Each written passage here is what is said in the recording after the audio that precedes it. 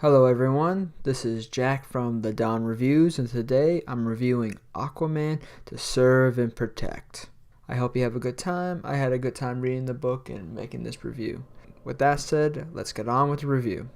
To Serve and Protect has 5 stories with 3 writers and artists. The first story is written by John Ostrander and penciled by Chris Batista. It's a short 2-part story about a Navy fleet that was hit during the events of Sub Diego, and Aquaman is trying to help them get to safety. Let's start with the art. I've never heard of Chris Batista before, but I love his Aquaman art. It has a Neil Adams quality to it. It's very nice layouts and very nice Aquaman. The art is really good, and I'll probably look up Batista's work after. The story is good also, with veteran comic book writer John Ostrander. Ostrander has worked on many different comics, such as the creator of Suicide Squad and many different other Star Wars comics that come to my mind. He knows how to write a good story. He introduced a new supervillain named the Marauder. I don't know if the Marauder was a character before this, but this is a new one. And he's pretty cool. He's just this giant red cyborg-like person, I guess. He's very mechanical, like I said, cyborg. And he wants this new Navy weapon that I don't really understand what it does. It's like a surveillance thing. I don't know. His whole big thing against Aquaman is that he destroys, or he thinks he destroys his water arm. But it just, water hand, I'm sorry. He thinks that he destroys his water hand, but it just grows back. Aquaman defeats him and sets him to jail.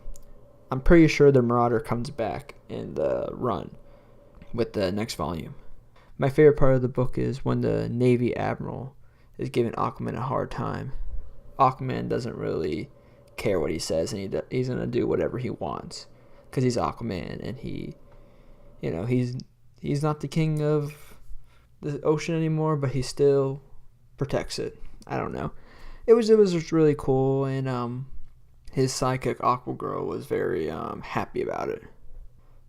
She definitely got respect for him. The next writer and the main writer for the book is John Arcudi, and art by our friend Patrick Gleason. I've never read a story with Arcudi before, so this is my first time with him. He tells 3 stories. The first story is a one-shot that shows what happens to the rich and famous of San Diego. In Sub Diego, they're nobodies. Aquaman and Lorna finds this scuba diver with a full bag of gold and jewels. Lorna attacks him, and the diver points to some people in the park. Lorna recognized the man and woman as the famous celebrities, Mr. and Mrs. Flores. Miss Flores used to be part of the local news, and Mr. Flores used to be a DA, or something like that. The man and woman tells Aquaman they gave the man the jewels. Even though no one says it, the man and woman are high. They're on some type of heroin that works underwater. Or maybe normal heroin. I'm not really sure. Aquaman tracks down the drug dealer, and we see Mr. Flores coming out of the building, sad. He implies he and his wife have sold her body to the drug dealer. Aquaman finds them, the Miss Flores naked, and Lorna says who the woman is, and the drug dealer doesn't even know who she is, which goes on to that they're nobody underneath the water.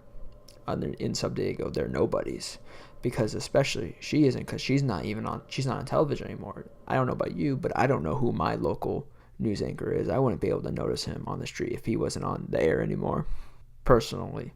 Aquaman beats up the drug dealer, but then is attacked by the homeless people who have really transformed their bodies into their aquatic life, sharpened their nails and their teeth for them to bite and, I guess, hurt people more and to catch fish. It's very disgusting, and Gleason does an amazing job articulating the evolution of these people, or de-evolution, I'm not sure. But in the end, Aquaman wins the day by kind of doing what Iron Man did in the first movie, but instead of flying up, he swim to the bottom, or towards the bottom of the ocean, and the people, they're not used to that type of pressure, and they like fainted or something, passed out. Aquaman and Lorena confront Mr. and Mrs. Flores. Lorena asking them why have they sunken so low. Why are they working with a drug dealer that use homeless people? And Mr. Flores says everyone in Sub Diego is homeless. The last page shows one of the civilians of Sub Diego leaving the city. Later we learn him as Hector. When I first read this issue, I was shocked. I couldn't believe the subject being tackled in an Aquaman comic. A person selling their body just to get high sounds like a thing that would happen in a Batman comic, not an Aquaman one. This issue continues the themes of being trapped. Continue from Sub Diego. These people can't go anywhere. They believe they're in a prison, but we see by Hector, he just leaves. He goes to the ocean. These people think they're trapped in the city, but they don't realize they have a whole ocean that they can go to. Yes, they can't go on land, but that doesn't mean they're just trapped in this one area. They're trapped in their minds, and their mind won't let them do anything. And because they lost all will to live, essentially, and that's why they have to get high. The second major theme is changing your person. Then we're changing the person you were when you were on the surface. Mr. and Mrs. Flores were somebody. They were people. People knew who they are. They were important. But in Sub Diego, they're not. They're just people they're just part of the homeless. They're just people living underneath water, doing nothing with their lives. Same thing with the drug dealer. We don't know what he was doing before this. We don't know what type of situation he was when living on the surface. He could have been a nobody, and now he's a drug dealer. And then same thing with Lorena. She was just a girl, as far as we know it, living on the surface, and now she's Aquaman's partner, sidekick. She's the girl who has his back. She's somebody now. So the next issue is a two-parter that the main bad guy is Ocean Master, or Orn, Aquaman's half-brother. And he is if you don't know about Ocean Master, he's a sorcerer. And he did this type of spell to make everyone in Sub Diego forget about Aquaman. Well, not to forget about Aquaman, but to make everyone think that he's Aquaman, and that Arthur Curry, or Orin, or the real Aquaman, is Ocean Master. He also made the civilians of Sub Diego think that the surface world was destroyed, and Sub Diego is the last surviving city on Earth. And he has made Lorena into his Aqua Girl, and he gave her a nice new costume to go with it. The only person who is not tricked by the spell is Geist. Ocean Master didn't know about Geist, so I don't think he could cast a spell on him, because he doesn't know he's there. That's what I'm guessing, at least. Ocean Master Aquaman captures Geist, and Geist gets him a little angry by saying he's not Aquaman, and Geist gets very, very angry, and he says, I am Aquaman, call me Aquaman right now. And he does. He calls him Aquaman. And this is where I get a little confused, because I haven't read enough Aquaman to know this, but I never got the impression that Ocean Master wants to be Aquaman. Maybe he just wants to be his brother, because his brother's a hero and people love him, but he's being a dictator right now and no one really loves him, but he does demand their respect. Or does he just hate his brother so much that he wants to take everything away from him? But whatever. Ocean Master Aquaman, meaning Arthur Curry, or the Aquaman that we know, saves Geist, and Geist tells him the real story, because Geist knows everything about Aquaman, because he researched him for all these years.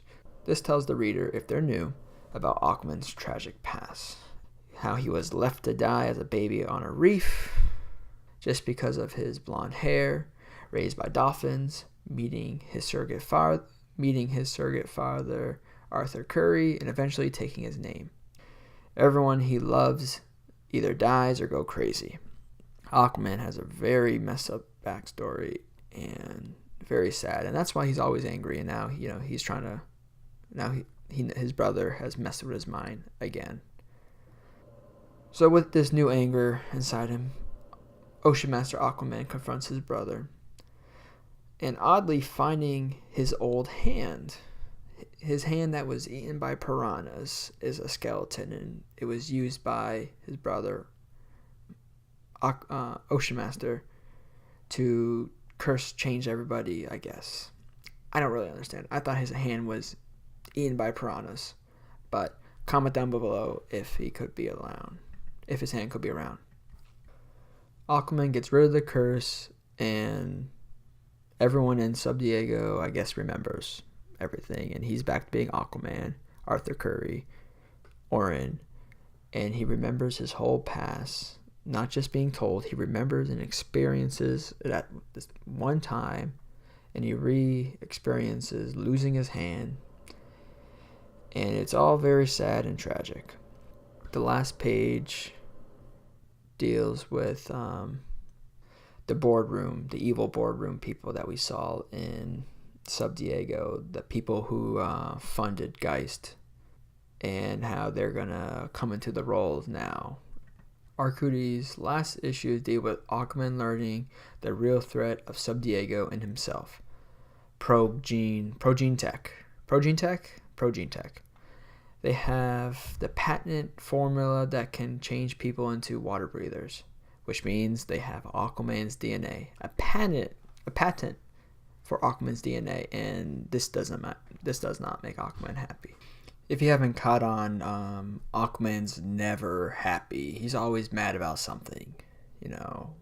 Losing his hand, losing his kingdom, child dying, wife going crazy.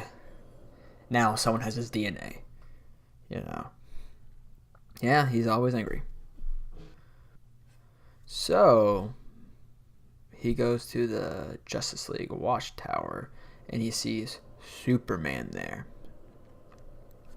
And Aquaman goes up to him and, he's asked for help. He's like, I've never been in this situation before. These people have my DNA. I need help. And Superman's like, well, the Justice League is pretty busy. We got all these things we gotta do. And Aquaman's like, oh, come on, help out. I need help. And Superman walks away, and Aquaman says, no, we're going to talk this out. And Superman just backhands Aquaman. And then Aquaman punches Superman right back at him with his water hand. With his water hand, and says, you will respect me. And Superman ends up not being Superman and being John Jones. And John tells Aquaman, if he can stand up against Superman, he can stand up to anything. I can understand why he's trying to teach Aquaman this lesson, but he's being John Jones is being a pretty big jerk. And why was he Superman? Was he staying there being Superman the whole time? Did he read Aquaman's mind and he know what was on his mind, so he wasn't going to help him anyway? I don't know. It's John Jones being John Jones, I guess. But I've never seen him be quite like a jerk like this. Around the same time, right before Aquaman went up to the Justice League Tower, Hector, the man who left Sub Diego, came back, and he brought Atlantis with him. Well, some people from Atlantis. And this ship that is from Atlantis is run by Volko. At least I hope that's how you pronounce his name.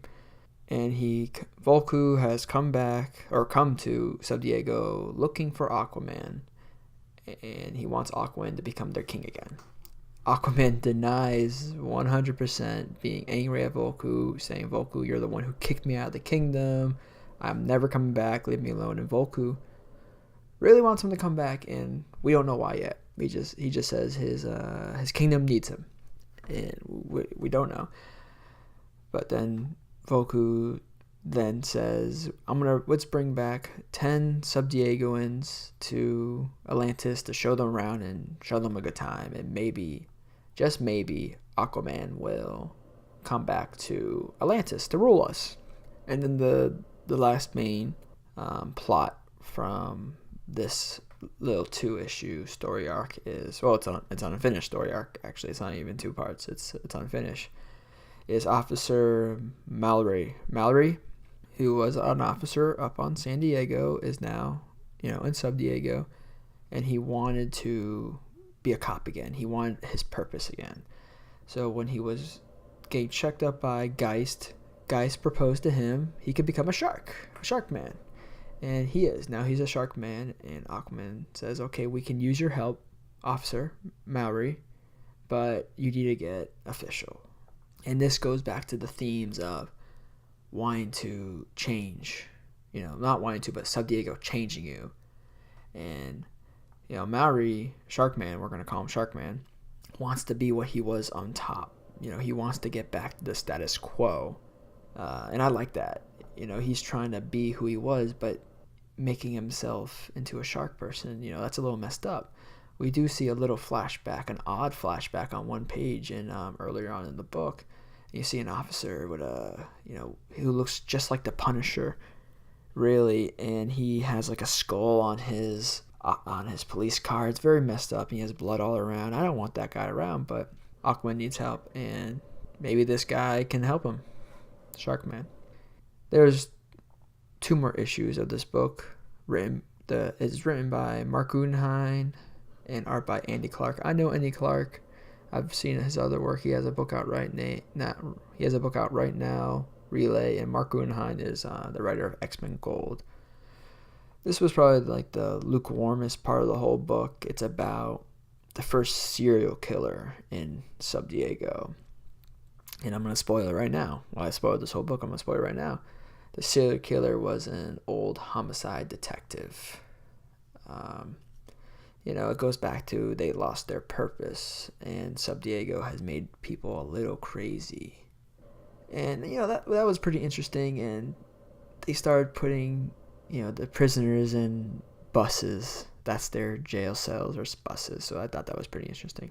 So my final thoughts, I would say To Serve and Protect was a good follow-up to Sub Diego, so it should be called maybe Sub Diego Volume 2 because it's the next part, but whatever. DC's back to not numbering their volumes, but it's good that this is released. I'm happy this book is out. It's not a good standalone book, not at all. You need to know what happened before, and I would say you need to know what happens after, because there's nothing really resolved besides, there's that one really good one shot with the drug dealer. I thought that was an amazing issue. But with that said, my next Aquaman review would be the last volume of this particular volume, Aquaman, Kingdom Loss. I hope you guys enjoyed the review. I want to hear you guys' feedback. Comment down below. Tell me what I should improve on, what you like, what you dislike. Maybe recommendations. What other Aquaman book should I read? Talk to me. Comment, rate, subscribe. Until next time, this is Jack from the Dawn Reviews.